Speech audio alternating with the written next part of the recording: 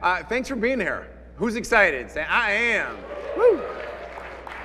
This is pretty exciting for me. Just to kind of give you the 30-second shtick on how this kind of came about this was our scheduled Platinum members meeting. And when I looked at it, I thought,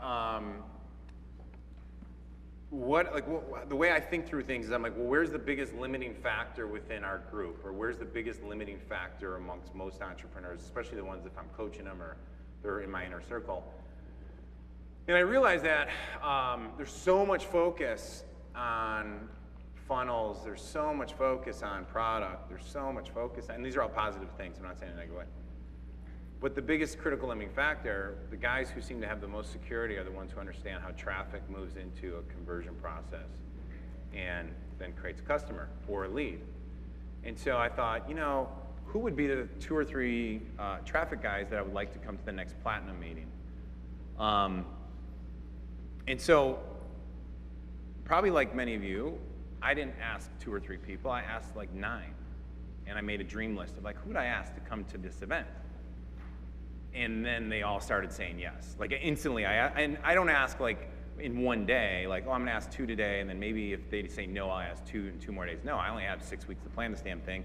Let's just ask all of them like today. And what happened was literally everybody said yes. Everybody said yes. So we went from having 3 speakers to 18 speakers. All of them who I would consider world-class at what they do and inspiring great people. So I think this will be a great injection, for my Platinum members, and then if you're new to any Ed O'Keefe events or anything we do, thanks for being here. Like really, make yourself at home. If you need anything, ask. Where's Sarah at? Sarah's back there. Raise your hand. Duke's right here. Kathleen is an Amazon expert, so now since she's here, she worked with me for about 9 years. You can ask her for anything. Is Thad around? Is Thad around? Where's Thad? Tell him to come on in. Seriously, this is like his moment to shine. After this, it's downhill for Thad. And then is Mesa out there too? Oh, there's Thad, you guys. There's Thad. Let's give it up for Thad. There's Kate. Kate's back here. Kate, raise your hand. Mesa's right there. Now, here's the thing. So if you need anything, ask any of them. But here's one thing I want to tell you. Since this is how many of you are in the health business in some ways? Health and wellness, fitness, something like that? How many of you care about your health at all? Like, right? Okay, we're all good. How many of you, like, Juan, you're here, man. I can't swear this early. I'm going to wait till the afternoon, until Jesse gets here. He swears way more than I do. So, man, Juan, you're not even in the health. What do you do again? Telemarketing in the Spanish market and drop shipping. Are you only targeting Spanish people in the drop shipping or no? No. Awesome. Good for you, dude. Good for you. Glad you're here. So the best thing about Thad though, so since we were talking about what was your girlfriend? So we're gonna talk about politics, race, religion, all in the first like 5 minutes, get it out of the way. So Tiffany is his white girlfriend. Totally, he is dating up completely. Yeah, I mean, I tried to talk her out of it, but she stayed with him anyway.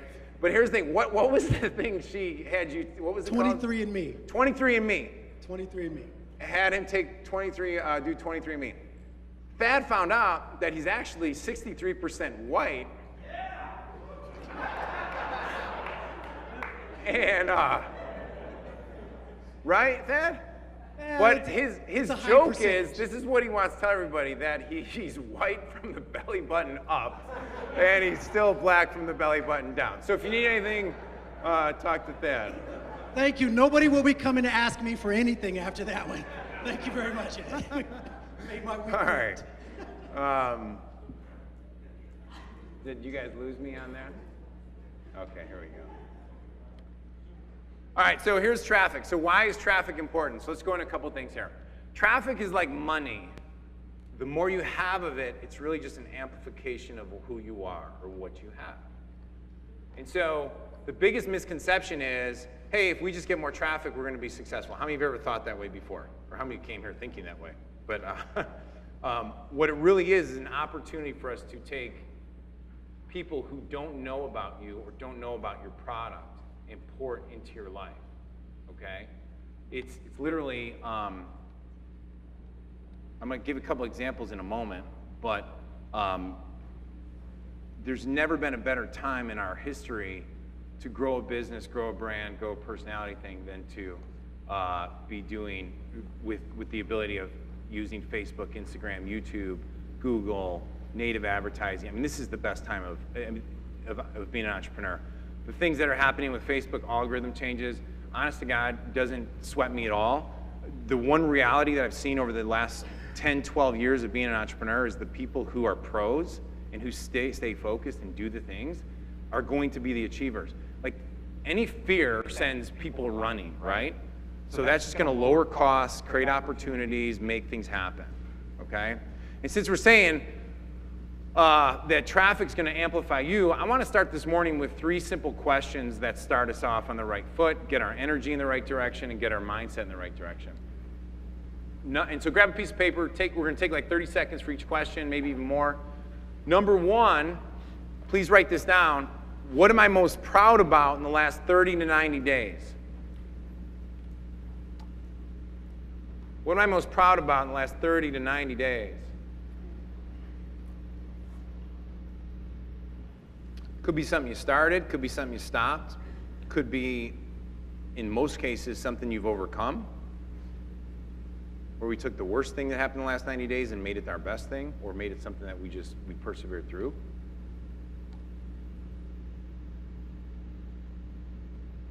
The reason I like starting our meetings with this question is because if you're anything like me, you're probably very present-oriented and very future-oriented, correct?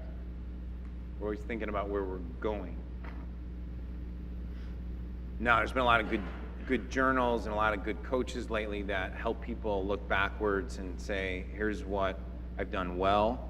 But the one curse of being an entrepreneur is we are people who solve problems and move forward.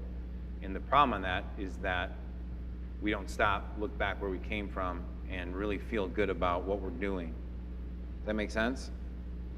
It's very easy to get caught up in that. Second question is, what am I most excited about right now? What am I most excited about right now?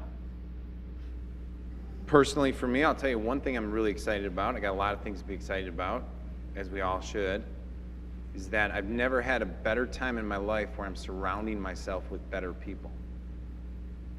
They're just showing up. And if you look around this room, there's amazing people in this room. What am I most excited about? I'm really excited that my 13-year-old daughter is on a volleyball team. Volleyball's kind of hot in our family, like this is what we do. And she's playing a position that she doesn't want to be playing. And it's giving my wife and I an opportunity to coach her through and constantly reframing the opportunity she has, so that in 2 years, she's gonna wake up when she's 15 years old, or 16, and she's gonna say, you know what the best thing was? When I played XYZ position on this team 2 years ago, and I didn't think it was the right thing for me, because it's developing her as a player. It's making her a better person. I'm excited about that. It kind of sucks going through it when you have to talk to a 13-year-old kid about it, but it's good for her. Third question, and this is something I wanted to press home early, is what am I world class at? Or what is our process or product that is world class? And this comes on a caveat, because if you're not world class at anything, and if you're not selling anything that's world class, I would highly recommend you stop what you're doing and go find somebody who has something world class, and then find a way to help grow their business. Because being average there's just too easy for people to be average and throw shit at the wall inside Facebook and Instagram and YouTube. It's just too easy. I mean, anyone could throw crap at the wall and be average. Now, I have another thought on this, is that your blockage might be like, if that feels a little weird, let me just back up a second and explain something to you. It's not hard to be world class. You gotta imagine this, is that you're already in the top 10% by showing up in this room, right? 90% of the population does not even know that this exists, right? 5% who do go to like the seminars like TNC and Scotty was just telling me, he's like, so many of these seminars, and I'm not hating on them at all, I think they're amazing, are surface scratchers, right? But how many of you who actually have scaled Facebook campaigns or any campaigns, Google campaigns, native campaigns, anything in here, just hit the grand slam out of the gate? Right? No, you had to scratch, claw, figure stuff out. And I was listening to James Van Elswick's in the room. Raise your hand, James. There's James. Let's give it up for James, coming all the way from Israel. I thought you were coming tomorrow, man. Did you? All right, yeah, he's like, James is a great story. He like moved across the street. Did you move across the street from Facebook and Taboola? Out of control. You're gonna tell that story a little bit tomorrow, right? Okay, so I'll leave the punchline to you. But like, talk about like manifesting your destiny as you just move in across the street, and I'll let him tell us. I gotta steal some of it. And he would just like keep going. Was it to a coffee shop where you're just like, I'm gonna get a Facebook ad rep or something like that? Yeah. So basically, I didn't have a Facebook rep, so I moved to Israel to get closer to the Facebook office. And I have an office 2 blocks away from Facebook, and I lived about 3 blocks from Facebook. And I would just go in the morning and chill in the coffee shop downstairs, and just hope to like suck up the energy of the Facebook power and have the CTR go up and the CPMs go down. I love it.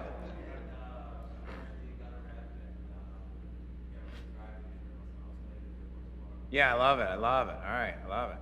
I think like Jesse, once Jesse gets here, I'll try to pin him down on this story a couple times, that when they were when Marquis Jets was looking to sell their company to NetJets, which was a Warren Buffett company, there's some story that I still haven't gotten the full story of, where like he figured out where Warren Buffett was having lunch every day, and like I think he like totally He ran into Warren Buffett in the street. Yeah, how does that happen in Omaha, Nebraska, right? So I love it. And then, okay, cool. So what am I world class about? So if you've ever read my book, Time Collapsing, I talk a lot about accelerated learning and leapfrogging, right? And the whole concept is, how many of you have heard my leapfrog theory? Who has not heard my leapfrog theory? I'm gonna give it to you in 30 seconds, right? Well, I didn't design it. It was actually from a book by Robert Ringer in like 1976. And the whole idea is that if this is where the top 3% are hanging out, our society has taught us, if I'm down here, our society has taught us to think sequentially. Meaning, you're gonna hear James talk tomorrow, and he's gonna talk about scaling to $25,000 a day, and you're gonna be like, that's awesome, but I'm just gonna focus on getting to 250 bucks a day. Wrong thought process. Like, you're totally thinking wrong. That's what our society has told us to think, right? No.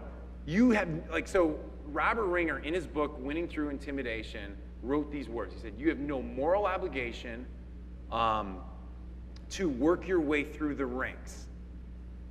You can, at any given point in time, declare your ability to jump and leap to the top and be in the top at any given time. So if you showed up here and you're like, well, I'm gonna kind of, hopefully I'm gonna go meet a guy like Justin Brooks, and they're killing these campaigns, Brett Messner, they're killing all these guys are doing these things. You're gonna be like, yeah, I just want to get a little bit of that, you know?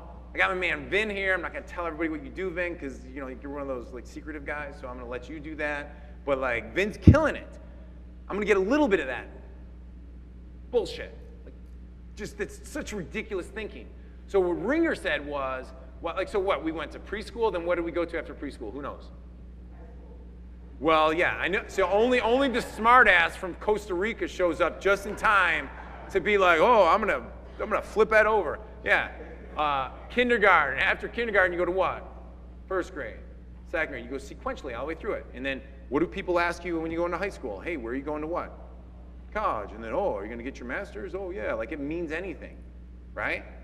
And so that is the sequential way of thinking, has us walking through this way. Now, here's the thing that everyone has to understand. Here's all the steps, right? To the top. This is how you get to the top, right? No. Why? Because this is where all the what is? Competition. This is where all the competition's hanging out. This is what they're doing. They're all hanging out right there. That's what they're doing. So you got to be, if you want to be a time collapser or a leapfrogger, you got to say, I'm going to just jump to the top, put myself in the environment with the top people that are world class. I mean, really, honest to God, if any single thing out there that you would like to be world class at, you can go find somebody who's world class and you become a world class marketer, and boom, you got it going on, right? You're going to see that pattern throughout the whole couple days, okay? So we got these 3 questions. Okay, cool. Did you write the 3 questions down? Yes or no? Yes, we got it? All right, I want to take 2 minutes. How long? 2 minutes. Okay, it's going to be a little interactive. I know it's early. We're going to do it. I'm going to do a little Tony Robbins on your ass right now. So we got to talk. We got to do it. 2 minutes, you're going to turn to the get in groups at 3. And you're going to run through those 3 questions. What am I most proud of in the last 90 days?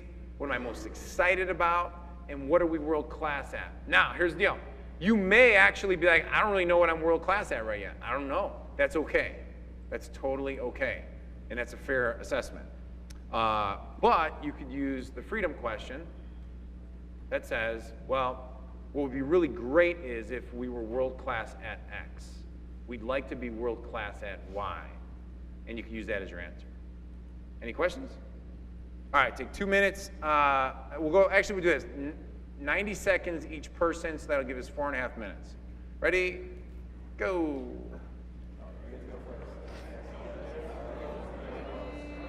You start music. Is he sad or no?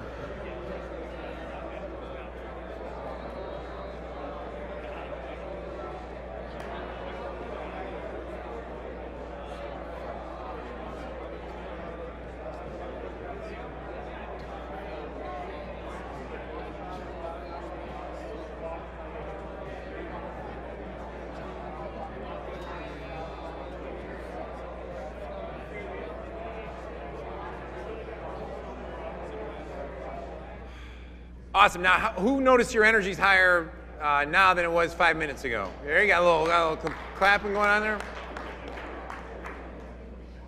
I was listening to a great interview by. Let's do his name. It was a podcast. Really funky dude. He was doing crypto, and James Altucher, and then Facebook banned crypto. So he had to he's probably going to be selling something else soon. But he had he's really big into stand-up comedy too, and he was interviewing this guy who does $50 million a year as a stand-up comedian, has almost zero social media presence. And the story I want to share was that he was explaining that when he was starting, he just told his agent, he's like, I don't care where I'm at, I just want to be busy and I want to be in front of audiences. He goes, if there's 10, if there's 15, I don't care. And so he's built up this, and he just performs hundreds and hundreds of times a year, which is out of control, intense. But his theory was this. So he was a busboy. I don't think he was a busboy. I think he was actually a bartender at a restaurant.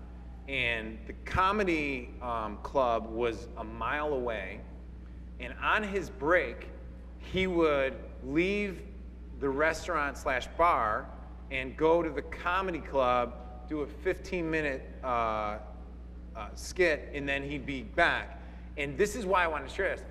He said, I had heard, James says, well, why did you do that?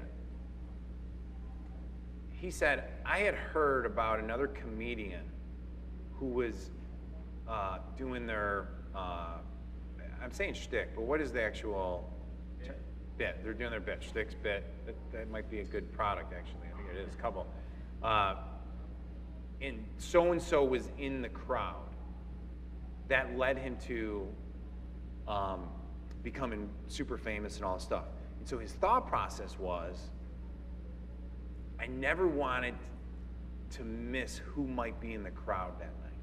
So I had to go do it because somebody could have been there to watch, and that would have been my opportunity. Check this out, right?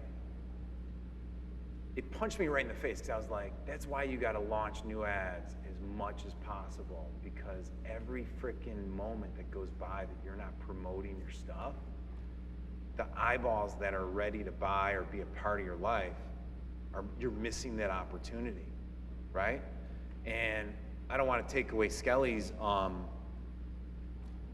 thunder for tomorrow, but we're running a lot of the traffic, well, pretty much all the traffic for No Foods right now, and he saw an email, they were doing an email promo to our list, doing a waffle buy one get one free offer. He quickly spun an ad up off it, launched it, and we did $30,000 extra that day because he ran the frickin' ad. And I thought to myself, we have no clue what's going to work and what's not going to work, so why judge ourselves so harshly about like what we think is going to work? Because you just don't know. You just got to go, right? And so every day that we're not driving traffic or promoting ourselves or promoting our products, we're wasting time, right? Jesse will talk probably about the whole time thing, and so I'll let him do that. So why right now is the best time to be buying tons of traffic? I'm not going to go hardcore in this. I think you're going to get hammered this home. But here's the consumer spend, the growth rates, Facebook, Instagram, the perfect storm, holy grail. I mean, this is literally, there's never been a better time. Ezra, are you talking about Facebook Messenger at all? A little bit. Video is winning. Video's awesome. Video's easier. Influencer marketing, where's Ross and Rachel? Raise your hand. Is Nick in the room? You know, dude, I noticed the beard, and I was like, I think that's Nick over there. Yeah. So Nick Shackelford's right here. Are you presenting today? You're presenting today, right? They're doing some really cool stuff and how he uses influencers with paid traffic. I mean, it's really amazing. But I mean, look at this example. Daniel Wellington. Ross, you sent this to me, right? Just posted $1 billion pure profit, all of it from influencers. Like, they launched all of it from influencers. This is probably one of the biggest shifts in the last 3 years, and it's accelerating. Oh, and there's Los. Los has where's Tom DeLauer?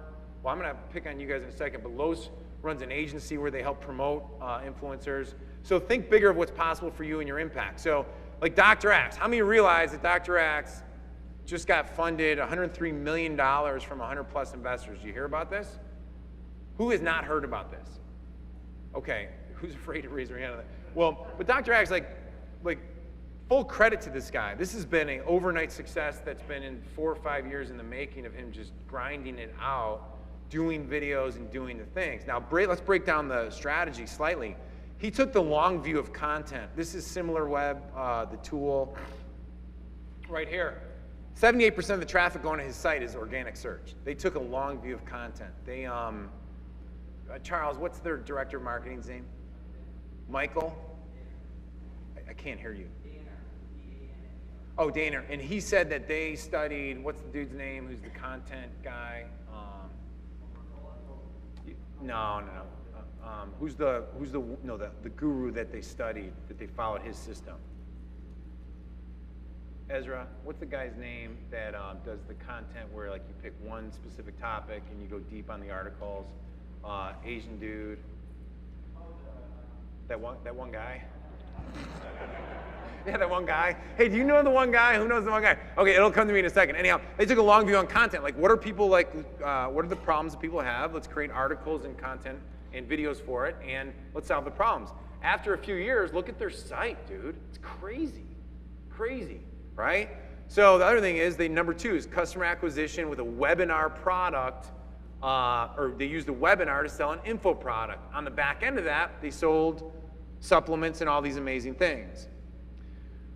Personally, I said this to a couple of my clients last thing. I go, I personally would rather see you test, if you're gonna do a webinar that says, I'm gonna show the 6 supplements that you should take to help fix adrenal fatigue, my belief system is that right there on the spot, you can give them a coupon code to go to your store and let them buy right today.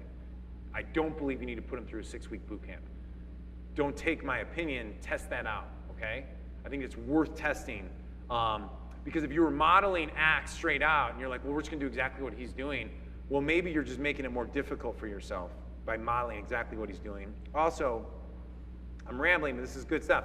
You don't know what his cost per acquisition is. If he's going negative to acquire those customers, to put them in, to get I don't know. So you need to know that going into it. But what's really cool, you're going to see this as a pattern, is the millions of views and the amount of this 1 point, I think 7,000 likes, and then the shares are off the chart. We'll talk a little bit about that. This is the biggest thing he did, and this is what I want you to know. So he's got momentum online. He's building an amazing brand. He goes and partners with Jordan Rubin. Jordan, in his past life, came from the retail space, right? So he sold, I think, Garden of Life, and he sold that off for many millions. So Dr. Axe partners with Jordan Rubin. Here's the most important part of that. Why would he even bother partnering with Jordan Rubin? Well, Jordan Rubin has the Rolodex of all the people to get him in all the right retail locations and to scale appropriately, okay? So they take what you're doing online, they add a ton of products to it. Actually, they didn't add a ton of variety of products. They added only a couple of the same types of products, different flavors. And then they move that into another distribution channel, and you accelerate sales, and guess what? 100 million investors want that. Now, I told a few people about this yesterday. And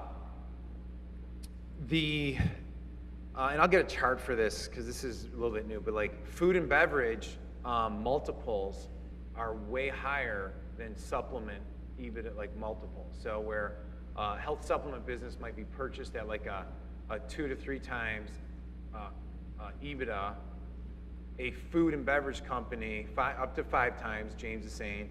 Depends on the channel, depends on your growth, depends on where you're at revenue. There's some variables there.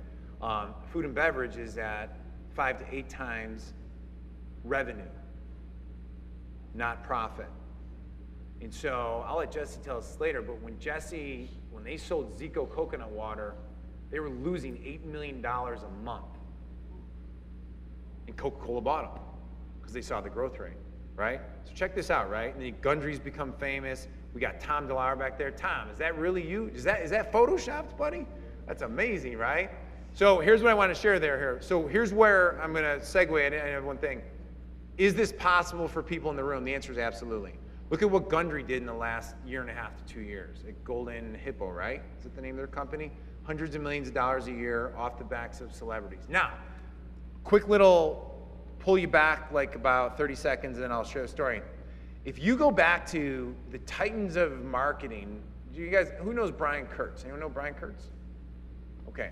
Brian Kurtz had this seminar with all these old school direct response copywriters, and it was pretty comical, but it was, he had Greg Ranker there from Guthrie Ranker. You guys all know Guthrie Ranker? They do Proactive, they do Cindy Crawford's beauty thing. And before that, years ago, they found this young, guy who had big teeth, tall, giant, named Tony Robbins. And they put him on an infomercial. So their whole business was infomercials. They know that business, right? And then a guy in the audience raised his hand and said, hey, I'm really curious. I run a supplement company. I was curious, if you were in my shoes today, would you go out and find celebrities or spokespeople to promote your brand or products? And Greg Ranker says, that would be the first thing I would do if I ran a supplement business or a product business. I would go find the right person, cut the right deal, and make them famous. The guy asking the question, what's the dude's name who owns Golden Hippo? Craig Clemens. I know, I'm looking right at Craig Collins, so I'm like, I know that's not his name. It's Craig. It's just, there's no way, there's 2 guys like that. Okay, so Craig Clemens, and Craig Clemens was the guy who was asking that question. I think that's beautiful that here he was in a seminar in front of a multi-billionaire, asked a really good question. The guy gave him really specific advice, and he went and did exactly what the guy said, and a couple years later, they're doing hundreds of millions of dollars. And he's made this guy really, really famous. Then you got Tom DeLauer. Now, Tom, what I love about Tom is Tom was kind of doing things for other people, and next thing you know, I would say, Tom, where you at? I mean, the biggest thing I've noticed about you in the last couple of years is you found your own voice. What's that? I'm going to say that. You found your own voice, and you've developed it, and you've built this whole brand that's pretty fucking amazing, dude. I mean, it's pretty amazing. Look at these millions and millions of people are seeing this guy, and he's built nice supplement businesses. He's saved businesses, and he's speaking. Are you speaking later today? Awesome. And then boom, Danette May and Craig Collins. Raise your hands. You got to take ownership over it. Here we go. I mean, I'm gonna interview them this afternoon, but another great example of like, if the right people are hearing who you are, and who you are is pretty awesome, great things are possible. So I have a few more things, right? Right, you good? Okay, so why are VCs investing heavily into the food and health market? Ag Funder co-founder Rob Leclerc agrees, big food companies lost $4 billion in market share last year. Those companies are scared, they don't know how to deal with all the change. So if you look right here, this is like the whole ecosystem of investments.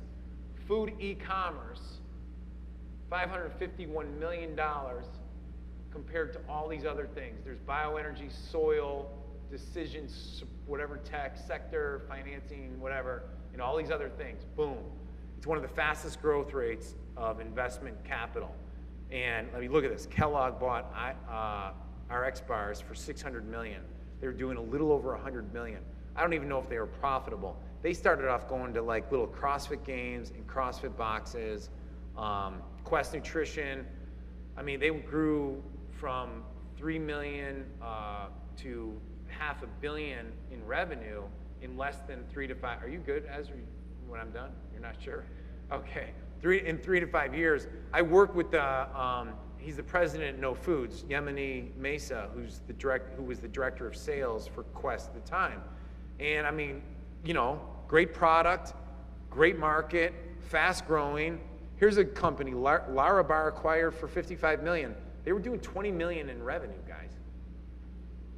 I mean, this is not, the thing is that most of us aren't in that ecosystem of world of VCs and of thinking about food, so we don't think this way, but this is what's going on. They're dying to find people like us. I have one more story on this. One more note to make is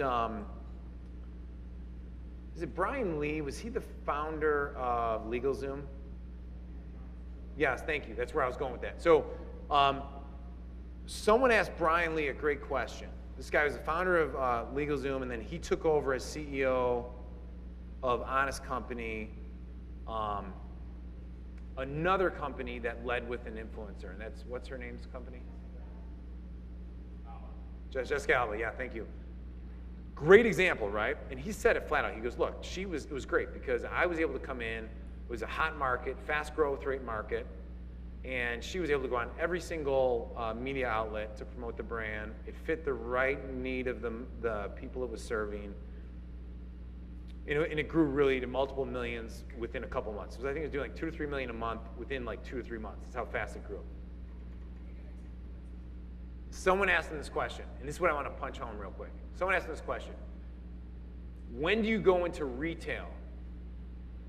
And he said, you have to go as deep and as far in e-com as you possibly can. He goes, we didn't even roll out our retail strategy for Honest Company until our cost per acquisition took us 6 months to recover, which means they were spending 6 months, they were going 6 months negative to get one customer online before they even decided to go offline. Why would they do that? There's a couple of reasons. Number one is going into retail is really expensive. You need money and capital because as you grow, you need what? More money and capital. Your growth can make you broke pretty quickly. That can happen online too. But it's very easy for you, especially if you're selling consumables or something that has a predictable run rate or predictable ROI that's going to pop out in 3 to 6 months. It is very easy for you to go get money if you are in a high growth rate market, right, that has a good repurchase rate and that has predictable analytics so that when we get to 6 months, if we know we spend $30, we make $20 back, but at month 6, we're making 60, there's not a VC firm or private equity company or angel investor that would not want to get involved with you and give you money. Does that make sense? Cool. All right, so Last but not least, before I bring up the amazing Ezra Firestone, who's totally ready, right? Okay. Ezra has like a new computer. Like he's always, if you guys have ever followed Ezra, he always has the newest widget and gadget. And it's just not working with our system. So before I came here, I went to the dry cleaner to get this and this, right? And I was talking to the guy, I'm like, hey, happy Monday. And he's like, what's happy about it? I'm like, well, we're alive, it's good, you know, I don't know.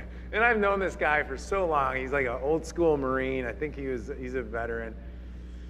He always wants to complain about everything, so it's whatever, it's all good. And he said, how are the kids doing? I said, oh, they're good, you know. They're, you know, whatever. My oldest is 13, my twins are 4, they're out of diapers. It's a lot of positive things to celebrate. And he's like, he said to me, he goes, enjoy it. He goes, it goes really fast. I hear that all the time, so totally got it, right? Totally, sort of got it. And then I said, how old are your kids again? He goes, 24 and 26. I go, you gotta be kidding me. I'm like, weren't they just little kids when I first started coming here? He goes, yeah. He goes, we've been at the new location for 10 years. And he goes, you were coming here before that. I'm like, yeah, actually I was. And I'm like, oh my gosh. And this is me and him just talking. I said, I've been a client of yours for 13 years. I was like, oh my gosh. Grabbed my stuff and I left. And there's an old rule that Dan Kennedy taught. And I don't know where he might have made this up or he got it from somewhere, but he said, if you go to the same dry cleaner 5 times, you will never go to another dry cleaner for the rest of your life, right? They have you as a customer.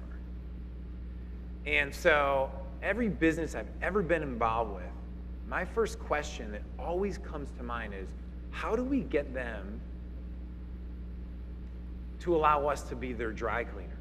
How do we get them back 5 times just to create the habit pattern that we're the place they go to for X, Y, Z? Does that make sense?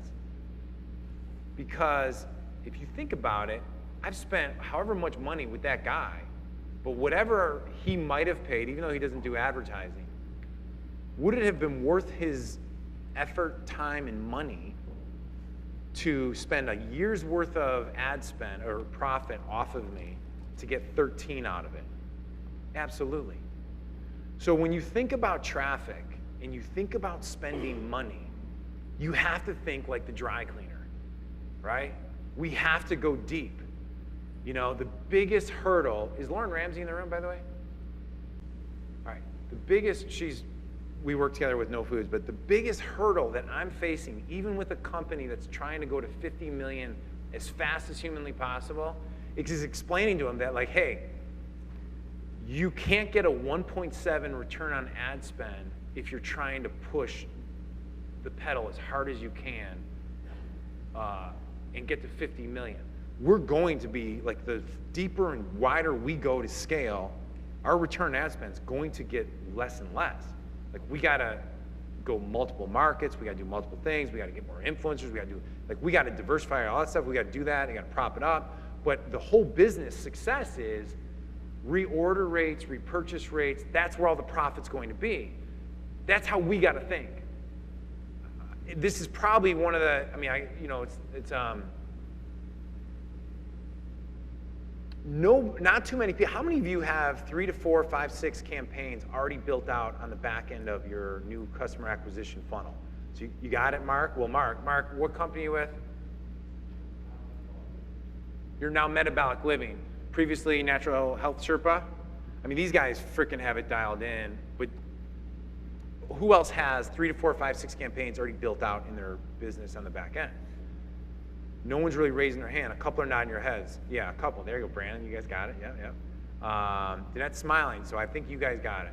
But the point is the people who win the game. Everyone always was like, well, when Frank Kern, Russell Brunson, Ryan Dice, they share like their funnels up front, and then you go rip off their funnel, and you go, well, why isn't it working the same as me? Because here's a couple reasons. They have audiences built. They've been doing this for 9 months, 3 years, 6 years. Okay? And they have 3 to 4 back-end campaigns ready to go. The moment that person clicks on the first ad, that's the most expensive part in their entire business. The rest of their job is to monetize that click. That's it, right? That's our job. We are monetizers of clickers. And if that's not sexy, there's some free sites you can go on at lunch. I don't know what to tell you, so.